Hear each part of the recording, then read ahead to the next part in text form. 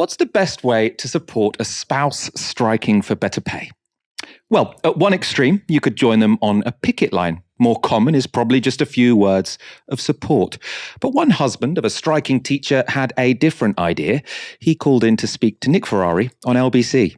Chris in Norwich. Chris, your wife's a teacher, is that right? Good morning. She is, mate. Yes, good morning. Yeah. It's causing a massive debate in our household. I can be quite opinionated in my point of view as much as she can. So she waited until Friday to tell me that she was striking, purely because she didn't want me to argue with her. Right. She's asked me to get on board with her point of view, so I've taken what she said. Now, she said it's for the kids, so that they can have better school supplies and everything else. Everything I've then gone away, read about it, listened about it to LBC, looked online, and everything points to teachers wanting more wages. So I've gone back to her, and she said, well, they're taking the 5% pay rise out of the school budget. As I've informed her, a business will run and take wages out of a budget that they have set for the year. Yeah. Yes. And of course, it's then going to affect the kids because they then can't afford some of the supplies they need. So realistically, I've said to her, if you were arguing for more funding for the school kids, I would probably be more on board with it. She's on 40 grand a year, near enough. Right. Which is more than I'm on. I'm a lorry driver. Right. So she's the breadwinner, fair enough, not a problem. But she has a lot of holiday throughout the year. Which, again, that's the career. Oh, my God, teachers are going to be... Oh, yeah. You're a brave man, because when you say that, they go bloody nuts at me, I tell you. But go ahead, you're married to one, go on. I live on the edge. You do. You can get in your truck and drive off to Aberdeen for a few days. As I've told her, though, she works from sort of 5:30, and she normally gets home at 8:30, and then she normally gets home about 6, so she's probably leaving off about 5:30. Yeah. And she's paid from 8:30 till 3:30. So as I said to her, those 2 hours, if you add that up, somebody who works in a shop as a manager or whatever and gets 40 grand, for example, and the amount of holiday she has and the amount of extra hours she does, it probably works out similar to an average person who goes out and earns 40 grand a year. Yes. In some business and whatnot. But it's just crazy, really.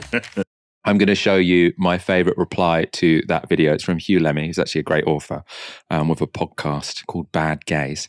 But I just want to show you his reply here. He's putting himself in the shoes of the caller. He's saying, I hear what you're saying from your actual life experience working as a teacher, love, but I've gone away and listened to LBC, and here is why I won't be supporting you, my lazy, overpaid wife, in this difficult decision.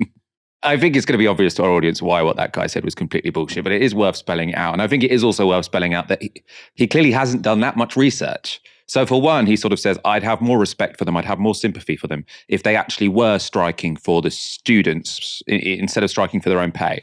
Now, what a little bit of research would have done is taught him that that would be illegal.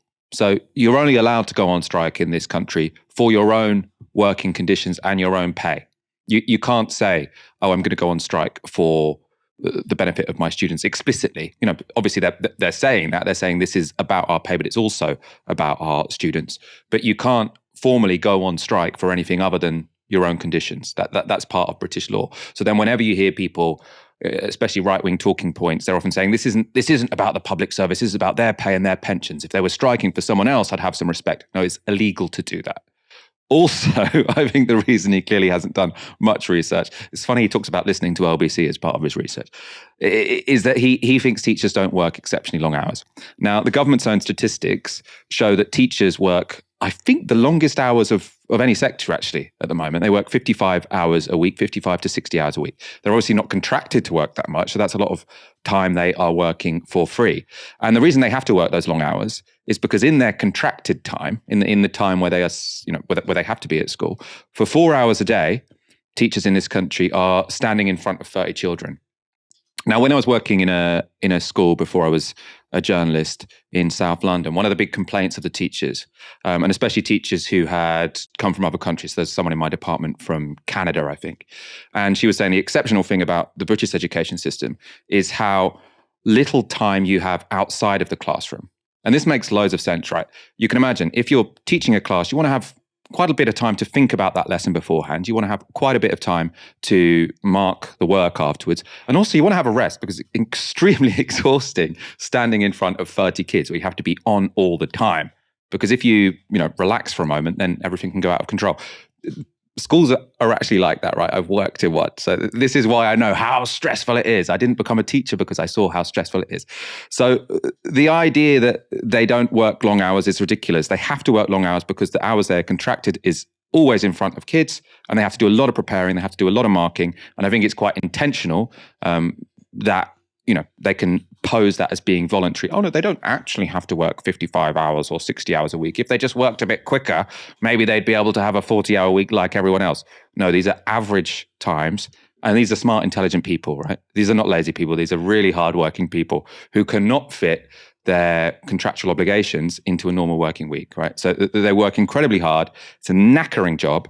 And I think what you're also hearing when it comes to pay, because yes, teachers aren't below median wage. But what you have to do is compare them to their peers, right? Compare them to people with similar qualifications.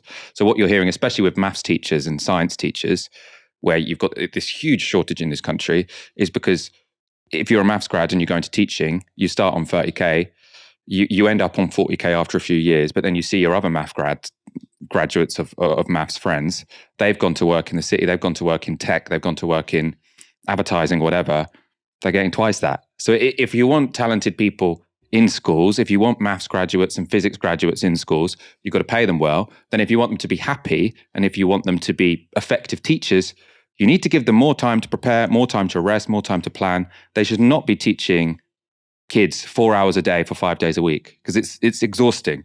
Anyone who thinks it's easy doesn't know teaching, which does kind of make me think maybe that guy doesn't have a teacher wife.